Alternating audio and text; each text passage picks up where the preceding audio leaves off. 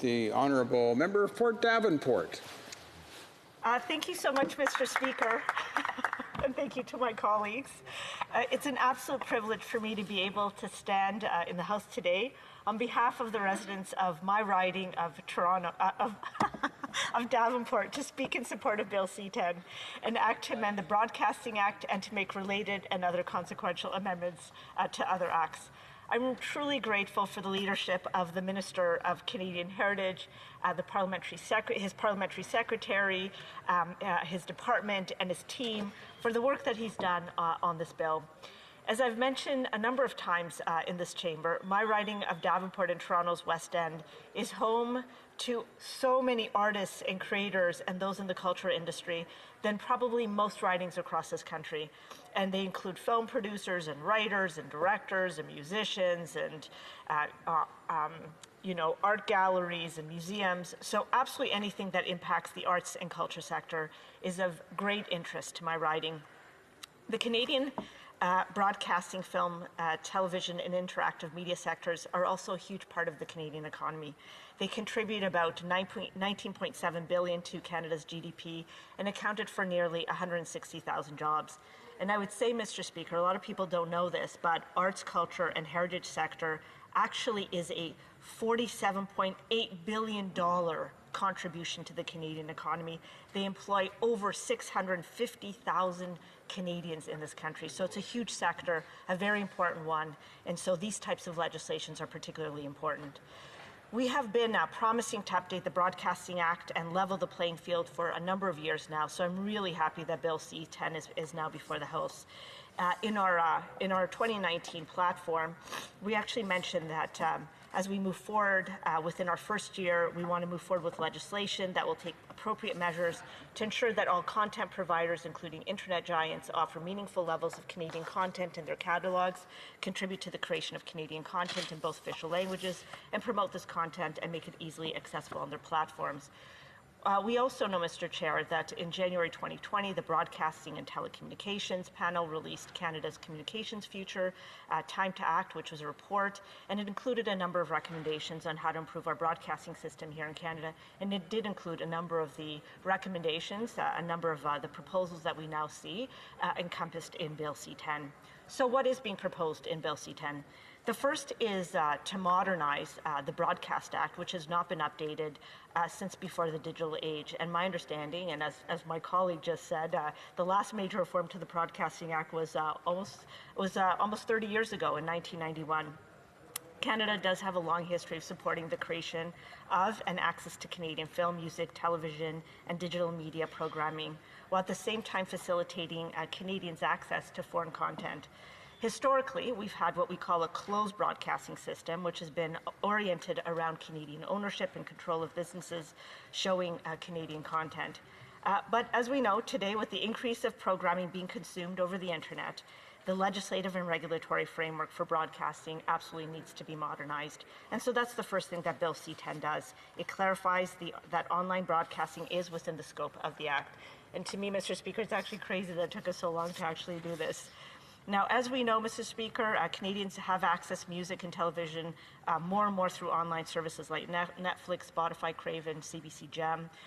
We know that these online video services have grown their revenues by approximately 90% per year over the last 2 years, while traditional broadcasters have been seeing a steady decline of almost 2% per year over the last 5 years.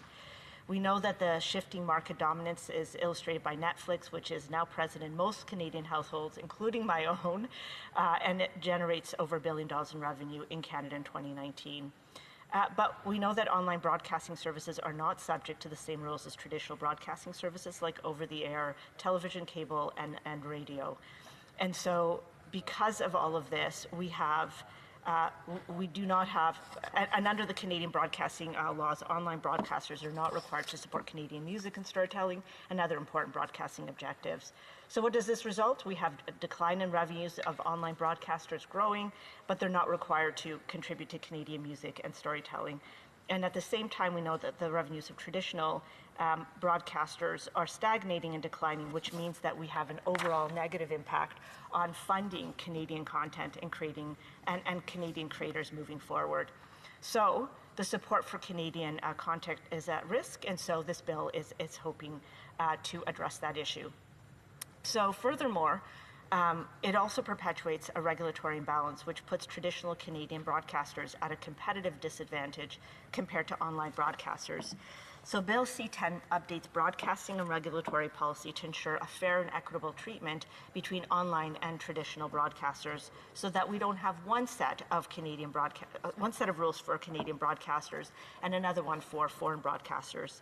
The amendments that are proposed by Bill C-10 empower the CRTC to implement a modernized broadcasting regulatory framework to ensure both traditional and online broadcasting undertakings contribute in an appropriate manner to the Canadian broadcasting system. And it's important to note, Mr. Speaker, that while we know this is an important first step, we do know that we're going to have to engage in further reforms in order to more fully modernize the broadcasting system, and to ensure that Canada will continue to support the creation and production of audio and audiovisual content in the digital age.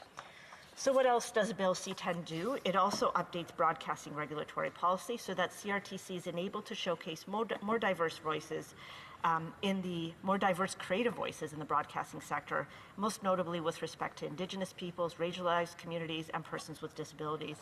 And I will tell you, Mr. Speaker, this is a huge ask of those artists and creators of my riding of Davenport, where 40% of them were born outside of the country. And for them, it is really important to hear from the creative voices from our diverse ethno-cultural backgrounds, from our socioeconomic statuses and different abilities and disabilities, from those with different sort of sexual orientations, gender identity, and different expressions and ages. Huge ask from my community. So I want to thank them for their continued advocacy, and delighted that this is going to be enabled by Bill C-10. The bill would also amend the Act to take greater account of Indigenous cultures and languages. This is, to me, extraordinarily important because it's part of our ongoing efforts in building a new nation-to-nation relationship with Canada's Aboriginal people. And it is absolutely a way for us to better understand and learn about each other is through our stories. I'm also pleased to say, Mr. Speaker, that an updated Broadcasting Act, one that treats online and traditional broadcasters equally, would increase the funding available to Canadian artists and creators. Indeed, it is estimated that these changes would result in an increase in contribution to Canadian music and stories by as much as $830 million per year once the new system is put into place. And we should know, Mr. Speaker, that how artists and creators receive income has changed. In a world that has become increasingly digital, it's exacerbated an overall issue about how is it that Canadian artists actually earn their income. And so us actually providing some changes to the Broadcasting Act to start addressing this issue, I think, is really important. I also want to note that we are going through an unprecedented pandemic right now, and arts and culture is disproportionately impacted by the pandemic. So these types of legislation or pieces of legislation will help to fix some of the structural changes and help us to create a more healthy and economically viable sector moving forward. So, Mr. Speaker, I should mention that what is not included is user-generated content, so video games and news media is not going to be affected by our proposed changes. I think it's important to note that.